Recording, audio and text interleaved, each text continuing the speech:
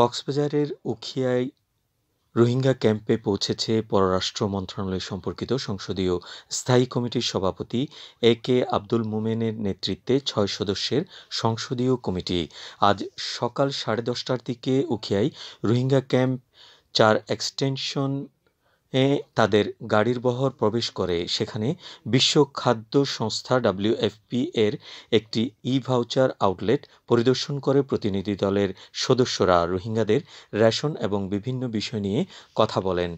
পররাষ্ট্র মন্ত্রণালয় সম্পর্কিত সংসদীয় স্থায়ী কমিটির সভাপতি এ.কে আব্দুল মোমেনের নেতৃত্বে প্রতিনিধি দলের রয়েছে Nurul Islam Nahid MP, whip Saimum Sarwar Kamal MP, Nahim Razzaq MP, Habibur Rahman MP, Zara Jabin Mahbub MP, শরণার্থী ত্রাণ ও প্রত্যাবাসন কমিশনার মোহাম্মদ মিজানুর রহমান ও পররাষ্ট্র মন্ত্রণালয়ের ঊর্ধ্বতন কর্মকর্তাবৃন্দ পরিদর্শনকালে উপস্থিত ছিলেন।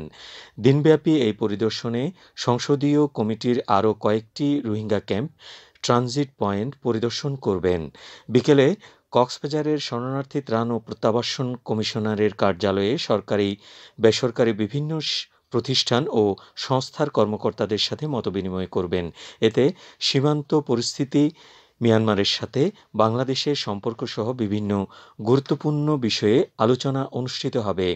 এছাড়া সংসদীয় কমিটি খুরুশকুল আশ্রয়ণ প্রকল্প, বিদ্যুৎ প্রকল্প সহ সরকারের বিভিন্ন উন্নয়ন কর্মকাণ্ড পরিদর্শন করবেন এবং বিকেলে শরণার্থী ত্রাণ ও প্রত্যাবাসন কমিশনার কার্যালয়ের পররাষ্ট্র মন্ত্রণালয় সম্পর্কিত সংসদীয় স্থায়ী কমিটির বৈঠকে যোগ দেবেন।